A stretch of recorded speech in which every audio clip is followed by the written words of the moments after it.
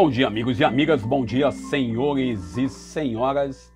Eu sou Daniel Nonato. Obrigado a você pela presença em nosso encontro matutino. Lembrando a todos e a todas que vivemos um tempo ainda de pandemia, embora muita gente queira negar tanto essa pandemia que acontece em nosso querido país chamado Brasil. E alguns falam, não, mas tem que entender que a pandemia já passou, que nós estamos vivendo novos tempos e etc e tal, mas quando na verdade a gente sabe claramente que não é bem assim, que existe aí uma pandemia acontecendo, que existe aí uma situação de vida que nós queremos negar, que nós às vezes em nossas naturezas, né, que seja qual for, queremos às vezes ideológicas, né, razões ideológicas, queremos dizer que nada, está tudo normal, tudo bem, o país, o Brasil está vivendo bem, e quando na verdade estamos em período eleitoral e sabemos claramente o que acontece no período eleitoral. Tudo funciona muito bem, parece que acontece aí uma mágica, um efeito, que as coisas parece que começa a acontecer de um jeito que só Deus pode explicar. Como diz minha professora, ela dizia, minha professora de idade antiga, ela dizia, olha, tem coisa que só Deus. Ela aloprava e falava, vai falar com Deus. Né? Na faculdade ela falava isso, né? Vai falar com Deus. E a gente está vendo aí muitos candidatos dizendo, não, agora eu tenho uma solução para o Brasil, porque agora eu tenho mais experiência, eu queria ter feito mais, não fiz. Não, porque não existe fome no Brasil. Eu vi alguém falando que o Brasil não tem ninguém passando fome, que só passa fome quem não trabalha, que tem pleno emprego. Eu já ouvi isso também, tem pleno emprego, quando na verdade nós sabemos claramente que a coisa não está bem assim, a coisa está bem terrível, né? Mas ontem, no sabadão, tivemos aí a criação de 20 novos cardeais para a Igreja Católica, o Papa Francisco aí colocando aí os seus cardeais, né, criando aí um novo colégio cardinalício, sendo, bem dizer, formado. E a gente para analisar e ver claramente que o colégio cardinalício ele é composto aí pelo número X de cardeais e tem aí mais 12 brasileiros, tanto o cardeal Stein, né, que é o bispo da Amazônia, o arcebispo da Amazônia, como também o cardeal Costa, que é bispo lá de Brasília, arcebispo de Brasília. Lembrando que eu tive a graça de poder conviver com os dois cardeais, tanto com o cardeal Stein, como também com o cardeal Costa, que é o Dom Paulo César cardeal Costa, e também lá, né, Dom Stein, que a gente conhece muito bem a sua missão, Leonardo Stein, ou a gente prefere chamar agora Leonardo Cardeal Stein, que demonstra claramente a sua preocupação com o verde. Desde a Rio+20, eu estive com o cardeal Stein duas vezes, que eu lembro, uma na Rio+20, tive a graça de almoçar no mesmo espaço que ele, não com ele, mas no mesmo espaço que ele. Também, o outro dia, tomamos um café lá na Cúria Diocesana de Nova Iguaçu. Eu lembro que ele veio pregar um retiro para o clero diocesano e eu estava lá como funcionário na época, tive a graça de poder tomar um café com o cardeal Stein. Também com o Dom Paulo César, ou melhor, o cardeal Costa, eu tive a graça de estar com ele, não uma vez, mas algumas vezes, no seminário diocesano Paulo VI aqui em Nova Iguaçu. Inclusive, tive o prazer, né, de estar no momento em que, no dia que ele foi nomeado, eleito bispo da Igreja Católica, estive com ele nessa data. Nessa data eu lembro até hoje que eu estive com ele. Aí, nesse caso aí, eu tive a graça de conviver com os dois e são totalmente diferentes um do outro, mas os dois têm uma riqueza muito grande para a igreja. O cardeal Stênio, o cardeal Verde, e o cardeal Costa, que tem a missão especial, né, de conduzir a igreja particular na capital do Brasil. Bom, os dois estão em situações dentro da igreja que a igreja precisa, tanto do cardeal Stein lá na Amazônia, como também do cardeal Costa lá em Brasília. Talvez a gente possa questionar que essas falas minhas aqui não tem nada a ver com o evangelho de hoje. Eu acho que tem, porque hoje é o domingo dedicado aos catequistas, o domingo dedicado a vocação do leigo. De forma especial, nós queremos dar os parabéns.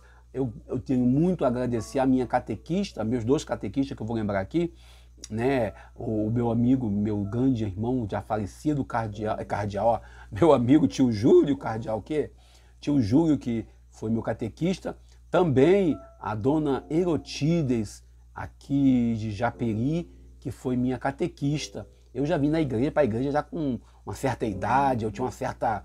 Eu era um pouco mais rebelde do que sou hoje, e eles foram responsáveis em me dar as primeiras formações e me ensinando assim a amar a igreja. Uma das coisas que a dona Erotides me ensinou, que nunca deixe de usar uma cruz. Então, toda vez que eu ponho essa cruz, ou outra cruz que eu tenha que usar em algum evento, eu lembro da minha catequista, dona Erotides, que tive a graça de ser um dos últimos, né, dos catequizandos dela. Vários catequizandos passou por ela, uma mulher com testemunho de fé fenomenal, com pouca leitura, com pouco conhecimento das letras, mas com uma sabedoria dada pelo próprio Deus. Também mesma coisa o tio Júlio Serafim, um grande homem na igreja de Japeri, muito simples na sua vocação, na sua missão. Eu tenho muito que agradecer a esses 2 catequistas pela vocação que eles me confiaram de ser cristão católico, e hoje eu digo a vocês que eu agradeço a eles, não tem ninguém que tenha mais gratidão a eles do que eu, talvez. Mas lembrando também que hoje nós estamos celebrando aí as leituras de hoje, Eclesiástico capítulo 3, versículo 19 ao 21, depois versículo 30 ao 31. O salmo é o Salmo 67, entre parênteses 68, que tem o refrão: é nossa bondade, Senhor, preparar-te uma casa para o pobre. Hebreus, é a segunda leitura, capítulo 12, versículo 18 ao 19, depois versículos 22 ao 24. O evangelho de hoje, o evangelho de Lucas, no seu capítulo 14, versículo 1, depois por lá, versículo 7 ao 14, lembrando que entre o versículo 1 e o versículo 7, nós temos aí um momento em que Jesus cura um homem da mão seca, o homem da mão ruim, a mão ruim. Então, aí esse evangelho, se você for ler, você tem que ler com essa reflexão profunda aí, lembrando sempre do texto e o contexto em que Jesus está falando para a gente aí. Pois, a gente lembra claramente que a gente, quando fala no sentido da honra, que muitos costumam dizer, a honra aí, por isso que eu falo, a graça que eu tive de conviver com Dom Luciano Bergamin, bispo emérito de Nova Iguaçu durante 13 anos, como um dos seus amigos, e posso acreditar nisso, também como irmão de caminhada, em vários lugares que nós vivemos. Isso não era nenhum prestígio, isso não era nenhuma honra, isso era uma vocação, uma missão que eu me sentia chamado, né? Inclusive é uma graça poder estar com ele nessas missões. E infelizmente hoje estamos em outros caminhos, estamos em outras terras, em outras missões, descobrindo novos espaços e, na graça de Deus, servindo a igreja da nossa maneira, dentro do nosso espaço, do nosso trabalho, nossa luta cotidiana. E nesse sentido, que a gente, quando fala de honra, fala em participar, em estar perto de alguém, a gente tem que ter bem claramente, que nós não devemos ser uns puxa-sacos. E talvez é isso que falte em alguns. A gente vê por aí, ouvimos da boca de umas pessoas que têm ambição, né? Eu sou ambicioso, eu tenho ambição. E Jesus hoje questiona essa ambição. Precisamos, antes de mais nada, construir sonhos. Sonho é uma realidade que nós devemos buscar. E um sonho não é um sonho individual, mas um sonho coletivo. E a crítica de Jesus hoje, aos puxa-saco, que se tornam amigos, que se aproximam daqueles que possuem algum poder ou prestígio, orbitando aí suas mesas, seus gabinetes, até fazendo acordo político. Eu lembro aí alguns acordos políticos que nós ouvimos falar em certos gabinetes, em certas prefeituras, em certas casas, que nós não vamos entrar até para evitar processo em período eleitoral, evitar que nos mandem matar, talvez até. E para o benefício de uns e outros, né? Para benefício próprio, eu fico vendo às vezes algum discurso, às vezes até mesmo um discurso teológico, falando de justiça, de caridade, de amor, mas a prática é uma prática injusta. E durante a semana aconteceu a sabatina dos candidatos à presidência da República no Jornal Nacional da Globo para nós depois. Lembrando que todo mundo fala, não, o Bolsonaro foi favorecido pelo Temer, pelo Bonner. Não, quem foi favorecido foi o Lula, não foi a Simone Tebet, não foi o Ciro, etc. Sempre com esse discurso que aquele ou aquela teve benefícios. E a gente vê claramente que nós, seres humanos, somos eternamente insatisfeitos e eternamente queremos ser vítimas. E Jesus vem criticar essa ideia desse ódio que uns e outros pregam, esse ódio ideológico. A crítica de Jesus hoje é uma crítica aos puxa-saco, seja do Bolsonaro, seja do Lula, seja do PT, seja do PQP, do PC, do PDB, será? Essa crítica Jesus faz hoje. Aqueles e aquelas que fazem daqueles que estão na liderança, aqueles que estão no poder, que fazem dele ali a sua mesa. E aí quando a gente fala em mesa, a gente vê claramente que a mesa é um espaço onde nós vamos tomar uma refeição, sem esquecer os textos lá, né, quando fala do cordeiro gordo, lá em Lucas 15, 23, coloque uma mesa para o meu filho que estava fora, um banquete festivo, o banquete da Eucaristia, o banquete da núpcia, referencial para que celebremos em nossas igrejas, em nossas comunidades, uma verdadeira comunhão. Sem esquecer que durante o dia, um outro dia almoçando no trabalho, uma senhora me parou e perguntou se eu tinha feito uma experiência profunda com Jesus. E aí eu falei para ela sobre a importância de se fazer uma experiência não só com Jesus que está lá na mesa eucarística, não só com Jesus que está lá em nossas igrejas, trancado no sacrário, ou não só com Jesus que está na palavra de Deus, na Bíblia Sagrada, mas com Jesus real, na figura dos excluídos. Aí lembro do grande padre Júlio Lancelotti, com a sua experiência. E aí outro dia ainda, no mesmo trabalho, conversando com um amigo pastor da Igreja Batista, ele falava sobre qual deve ser a nossa mesa que devemos ter, a nossa mesa da participação comunitária. Ela não pode ser uma mesa isolada da nossa prática de fé individual, com nossas orações trancadas em nossos quartos, com a nossa vivência, quem é casado com a esposa, com os filhos, com a família, nossa vivência no ambiente de trabalho, e em si, a nossa prática de solidariedade para aqueles que estão excluídos. Talvez ser bispo, ser pastor, ser padre, ou qualquer outro cargo eclesiástico que nós possamos ocupar, se nós não estivermos vivendo plenamente esse mistério, certamente a possibilidade que nós temos de ir para o inferno é muito maior. E aqui vale a pena citar, lá no primeiro domingo de agosto, quando Jesus questiona aonde está o nosso coração, aonde está o nosso tesouro. Lá no primeiro domingo de agosto, no dia 7 de agosto, quando nós falamos sobre a questão de estarmos plenamente na comunhão de Deus. A gente entra nesse contexto, nesse dia dos catequistas, somos chamados a refletir sobre nossa cidadania batismal, sobre o modelo de igreja que muitas das vezes se prende aos ritos, se prende às solenidades que nada dizem, que nada pregam. Aqueles e aquelas que tomam tudo como representação. O batismo vira um detalhe, quando na verdade o apóstolo Paulo nos ensina que somos convidados a nos revestir do homem novo, da pessoa nova. Recordando que nesse capítulo 14 de São Lucas, Jesus cura um homem da mão impossibilitada, a mão parece que estava paralisada. Nesse capítulo, Jesus cura no dia de sábado, e na casa desse fariseu, gerando assim, sendo sim o centro das atenções. Parece que Jesus fez igual aquelas pessoas que saem dos grupos do WhatsApp, e aí gera comentário.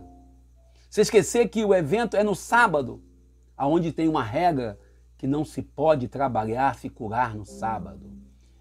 Mas o interessante é que o autor sagrado fala que era um banquete, e a pergunta que eu me faço, a pergunta que nós devemos nos fazer: quem é que fez esse banquete? Quem é que preparou essa refeição?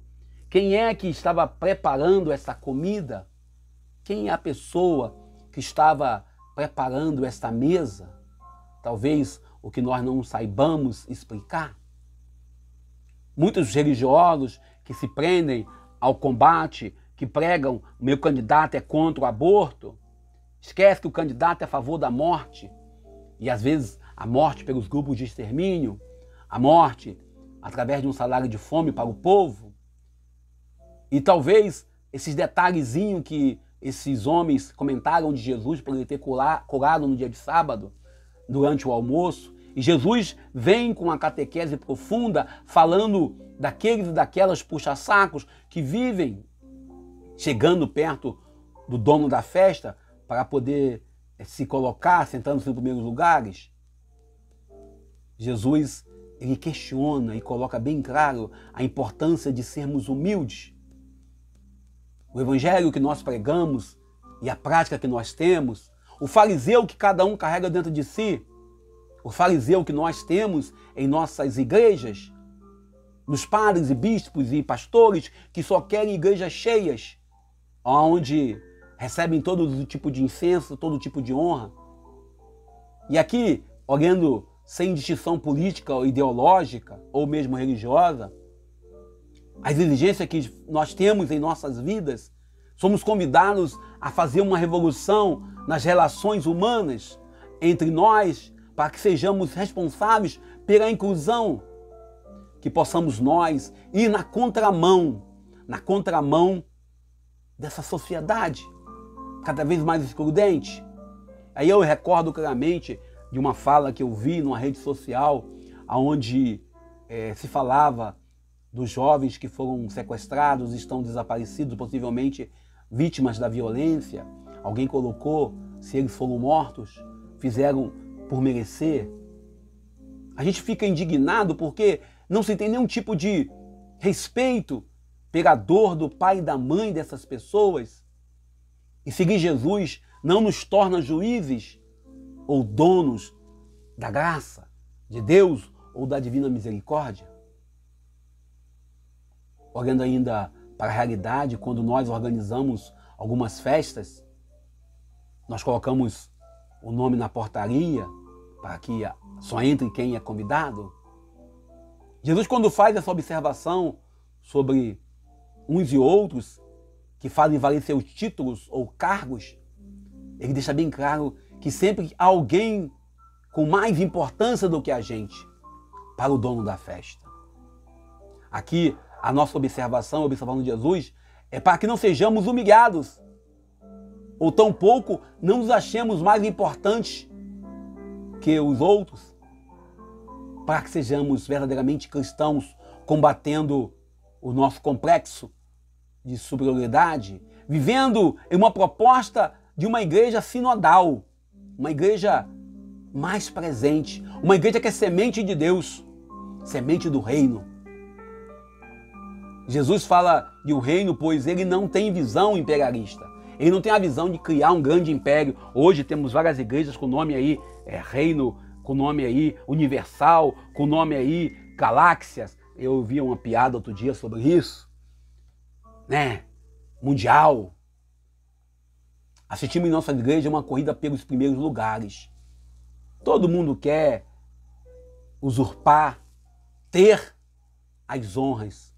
O evangelho de hoje é um evangelho totalmente vocacional. O evangelho que nos propõe uma vivência plena da nossa vocação.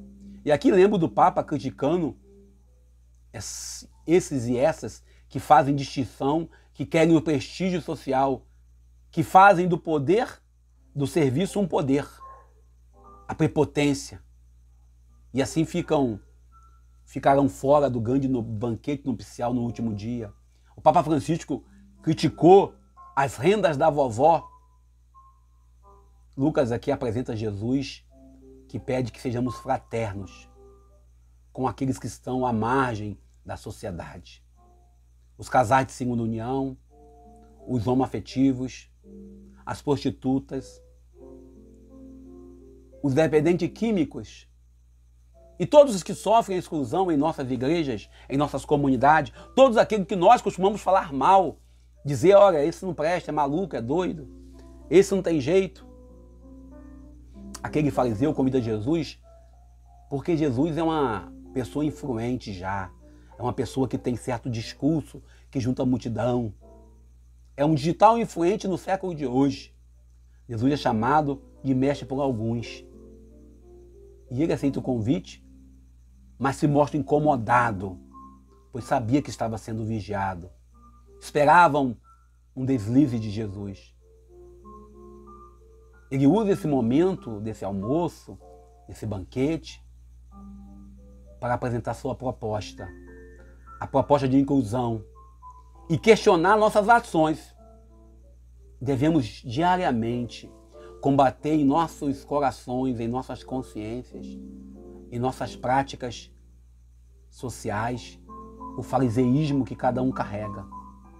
Ainda podemos encerrar nossa reflexão citando o texto de Lucas capítulo 14, versículo 11.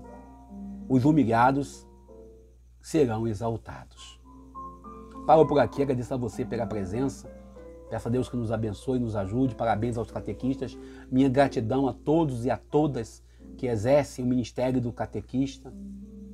Peço a Deus que abençoe nossas práticas de fé. Não porque nós somos mais bonitos ou mais santos do que os outros. Pelo contrário, por sermos muitos pecadores, por sermos falhos em nossas escolhas. Hoje, daqui a pouco vou trabalhar. Só volto 10 horas da noite, com a graça de Deus. Louvando a Deus por ter um trabalho. Rezando por aqueles que são brasileiros sem trabalho.